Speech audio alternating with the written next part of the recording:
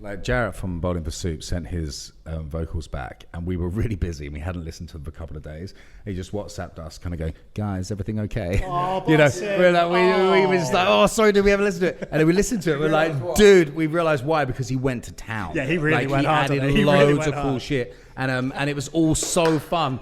And we must have been like, "Oh my god, they hate it," you know. But we loved it. We just hadn't got around to listen to it. Turned it into a whole different dimension of entertainment. It was wacky. Hey guys, James Wilson Taylor here for Rock Sound. We are backstage in the beautiful city of Glasgow today, busted of course in the middle of a massive arena tour. I'm delighted to say the guys join me now. Hello gentlemen, how are we doing? Hi, very good.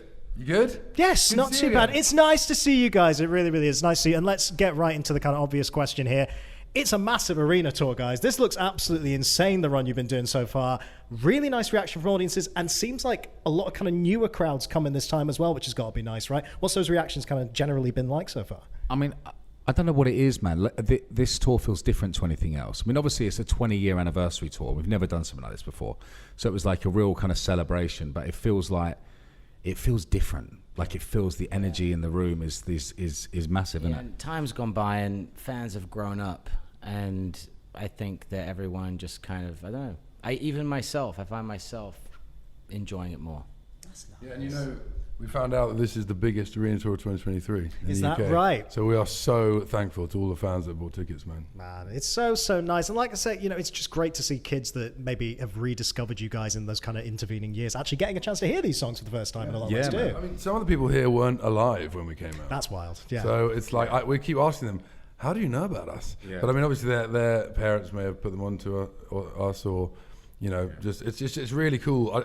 Looking out at the audience, it seems like it's just such a broad range of people, which is amazing. I met a guy the other day, and he was -4 years old when we broke up, and he was crying and like really kind of like stoked to be there. And we're like, "How do you know who we are?" It's so cool. It's so rad. But you see them in the crowd. Like, I mean, our crowd has changed over the years anyway. But like, you really see these kind of like patches of really different people from all kind of different walks of life, and it's just like everyone's there. Everyone loses their mind. Everyone has a great time. We love it. We're seeing 3 generations of family members coming and wearing t-shirts. I remember I went to see Metallica at the O2, and I think I saw 4 generations. I was like, and James Hetfield, he pointed out to a kid, and the kid was like, you know, my dad's here, my granddad's here, or whatever. And I was like, that is so cool. Maybe we can have that. Yeah. And now you're here, and now you're getting it. No, it's growing, and it's really, really nice to see that. I want to mention as well, just in terms of the live show, we've got to shout out your drummer Eddie, right? Because I mean, Rock Sound viewers will well know Lower Than Atlantis, obviously a huge part of that. But that's got to be cool to kind of. I know you've been working together a while, but again, just having that live band grow around you as well, just having extra people be able to throw in there too. Yeah, man. I mean, LTA, brilliant band, and Matt actually was the first person to get in contact with Eddie and just say, you know, I'm not sure what you're doing at the moment, but, you know, there's a spot opening up for us. And he wrote back being like, oh my God, because he was a fan of the band growing up. Yeah. And he is just, first and foremost, the most incredible human being, but also an insane drummer. And you know what? The amount of producers like Carl Bound, Bullet, and he worked a bit on this record. And when I told him that Eddie was the drummer, he was like, "You literally couldn't have picked a better drummer for so good, so good." Yeah, he's amazing. Like I was watching his Instagram like religiously. Like every time he put anything up, I go, "This guy is just insane," you know. And I knew that his literally we were talking about getting a new drummer, and I knew that Lower Than Atlantis had finished. And I was like, guys, now's the time. Let's steal him now. Let's go for it. Yeah, he's unemployed. Let's grab him. You know, strike with the iron's heart. You've got to do it. You've got to dive in. We grabbed him when he was sad, and now he's never going anywhere. He's in arenas, baby. He's having a great time. No, it's so cool to see that live stuff. And like we say, you know, Greatest Hits Tour. Obviously, the album's out right now. Still going for #1 at the time of recording here, people. We're very, very excited. Guys, it's very hopeful. Close. It's going to be tight. Pick up a copy. Please do pick up a copy. Please do. Let's get into that record and the reworkings, because what's so nice is seeing the breadth of collaborators on there. It's a really, really nice and interesting mix. I chatted with Ben Barlow kind of recently about this, and he was saying, you know, Busted was like one of the first gigs he ever went to and stuff, and now obviously look at what they've done. I saw your interviews because you were at Reading, weren't you? Yeah. Oh no, that was a download. I think. Yeah, I saw that. I thought it was cool. Ben's awesome. Oh, he's the best. No, it's really cool. But it's got to be nice to be able, like, did you have a kind of wish list in mind, or was it like, I guess also, did you have specific songs for specific people in mind, or was it just kind of seeing who might be around, who you kind of want to work with? It was kind of a bit of both, really. Okay. You know, we had certain things we really wanted to, like with Meet You There, like we thought we wanted to get neck deep on that. Yeah. You know, like and then there was loads of other tracks we kind of thought would work for certain people. You know, and then we'd send them off, and also most of the time we weren't there when they recorded it, because we recorded in LA. James lives in LA, so we went out to record with out there, and then we just sent them the tracks, and they just did it themselves, which is kind of cool because we don't want to be breathing down their neck, Sure. or then to feel like they couldn't explore some stuff. Which we did, actually. Like, I remember Alex from All Time Low did Crash the Wedding, and he added all these really cool vocals at the end, which I actually think make the track even better. So we wanted to let the people on the tracks, explore their own ways of doing it, and if they wanted to add some stuff, then we wanted to let them feel free. That was the good thing about just letting people sing the songs, and it was kind of nice to not be to not be with them. Like to not be anywhere near them when they're doing it. It's kind of fun too, because they just listen to it, and it's their take on it. Like Jarrett from Bowling for Soup sent his vocals back, and we were really busy, and we hadn't listened to them for a couple of days. He just WhatsApped us, kind of going, "Guys, everything okay?" Oh, we're like, we were just like, "Oh, sorry, did we ever listen to it?" And then we listened to it. We're like, "Dude," we realized why, because he went to town. Yeah, he really went hard on it. He added loads of cool shit, and it was all so fun.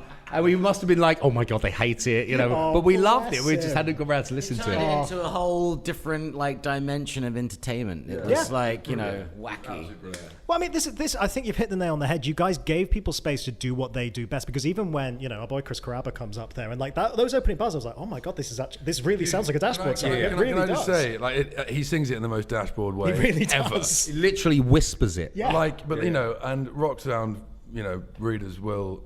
Be very familiar with Dashboard Confessional. Oh, of course, yeah. And it was a seminal record, and I think that album, Places We've Come to Fear the Most, is one of the most seminal records in that whole movement of 2000, 2003, 2004. And so we had no personal connection with them. Obviously, some of the people on this album, we've toured with, that James knows, or Matt knows, or I know from 5 Star Days, whatever. And we had no connection with Chris. And so we literally just sent him the track thinking, well, this is just a total punt. Yeah. And he just came back being like, yeah, brilliant. Yeah, love it.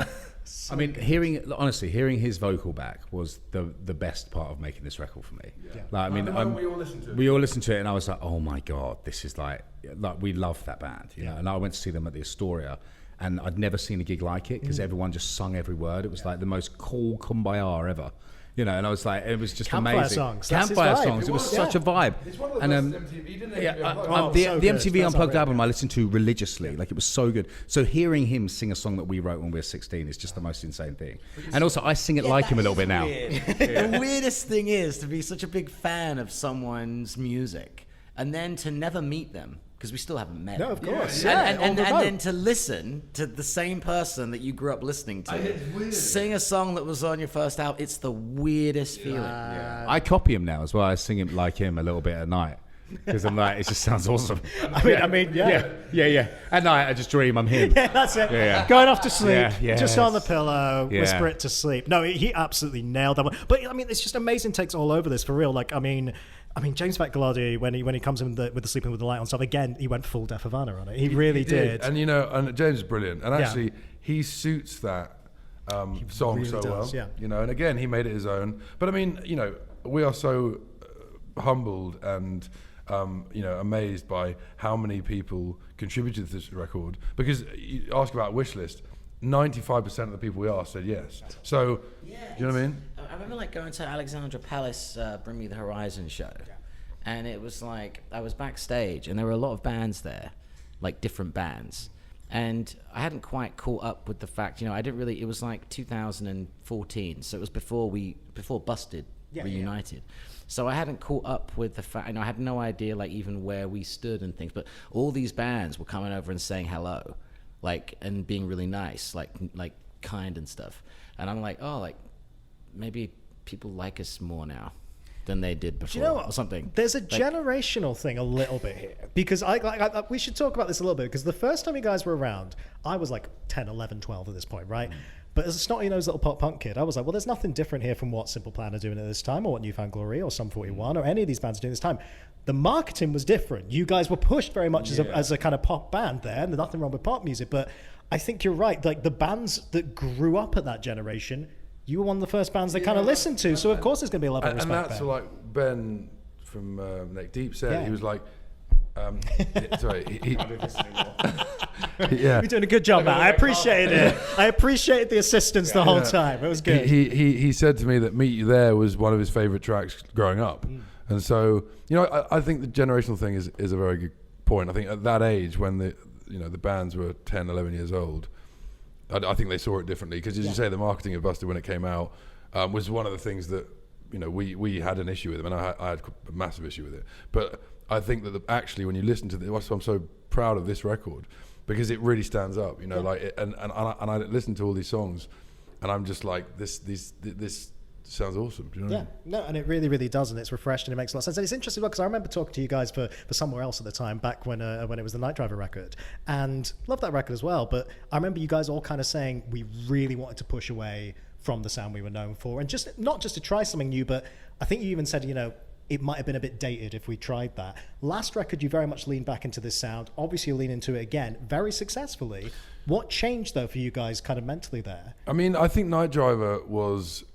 The reason Night Driver happened the way it happened was because when we came back together, we didn't really know what we were going to make. And I think in the back of our minds, we thought we wanted it to be something different. But that was the evolution into Night Driver was such a natural one. We didn't sit there and think, oh, well, let's make an 80s record because that'll go down well. Do you know what I mean? Yeah. That's what the fans are gasping for. Yeah, exactly. No one was gasping for that. It wasn't like overthunk at all. If anything, it was like underthunk. Do you know what I mean? Yeah. It was like, it was natural, it was underthunk. Like we went in the studio and we would do something and record something in the same day.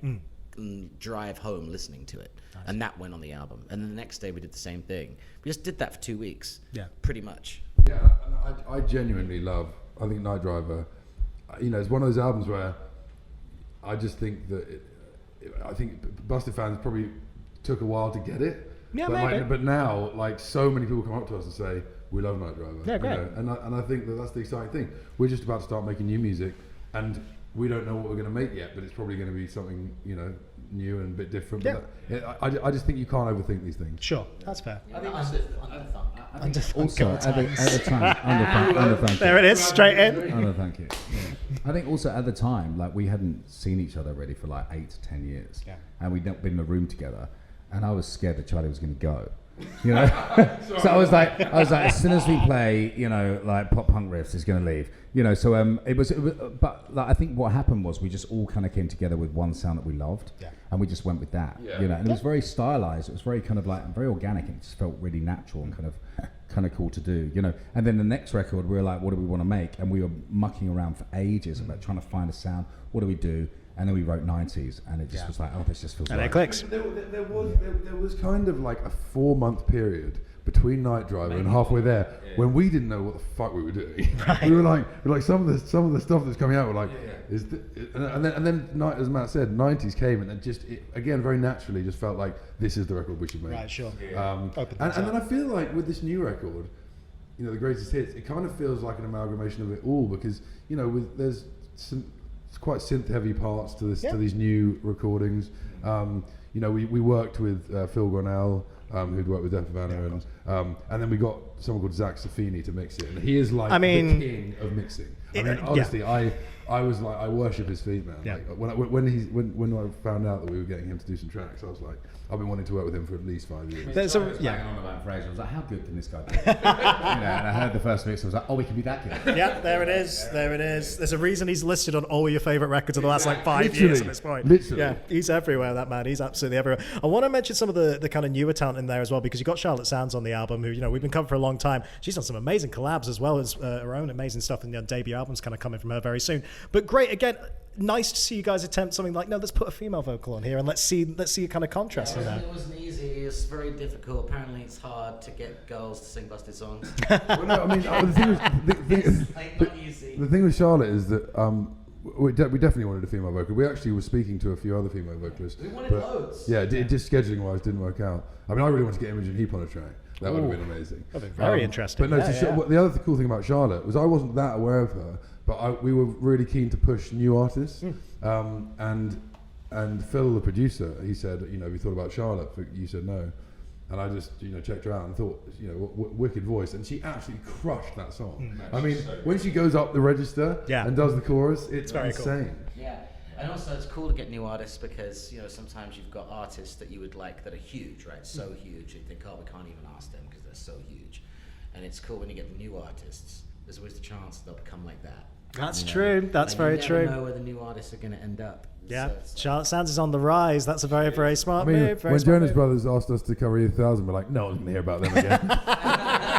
Jonas who? Come on. They'll never take America by storm. Absolutely not. It's never going to happen. You alluded to some new music plans there. I guess I'm mostly curious about how doing this and actually looking back and re-recording all the kind of classic moments there, how's that influence where you want to go next? Like, did you discover anything in that process that's kind of pushing where you want to go? I think, I mean, not so much. I don't think we were in the studio even really thinking about new stuff at that time. We just wanted to craft the best versions of what we thought, you know, those songs could sound like today. And, you know, What I Go to School For was quite a turning point because when we got back together in 2016, that was the first song to sort of change over to the sort of new era of Busted. And I think that sort of set the wheels in motion of thinking, oh, you know, if we did that like that, then maybe, you know, Meet You There. I had that idea for Meet You There for quite a long time, just thinking, I really hear this in pop punk song. And that's the third iteration of that song now, because obviously we do it as a piano thing. But yeah, I think we didn't want fans to think, you know, we didn't want to change it for change's sake. You know, the old versions are there for people to listen to.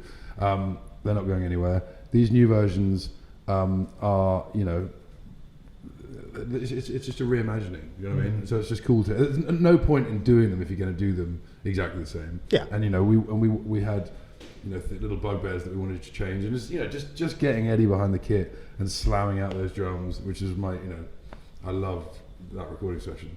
And then, you know, it was just a lot of fun, wasn't it? It was. I think what the most thing that came out of it for me was like, I mean, you'd hope we're a lot better after 20 Well, yeah, years, that's the other you know, but like what we are, you know, in Yeah. the studio we work better and we play better and we kind of get more experimental and stuff and kind of like, because it's, you know, when you think about the kind of typical pop punk stuff that we turned this album into, it's not like we were a bit more creative with it, like with our playing, and I really enjoyed that. And that's kind of like what I think I'm really excited about next, is like going in and kind of starting from scratch and going, right, what do we want to do?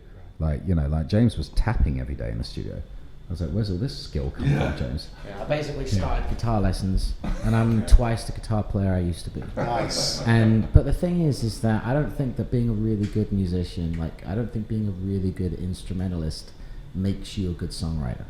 I've never believed it, and it's like, and so, but I just wanted to like be a better guitar player for your when own we self. play live, Sure. or when we play the song live, or like, I don't want to look at what I'm doing much, you know, like, and it's like, or just be better guitar player for different reasons. But I do think that songs across the board are starting to all sound the same. It's really kind of like, it's getting. I would hope that on our next album we can try some things. Exciting. You know, just try some things.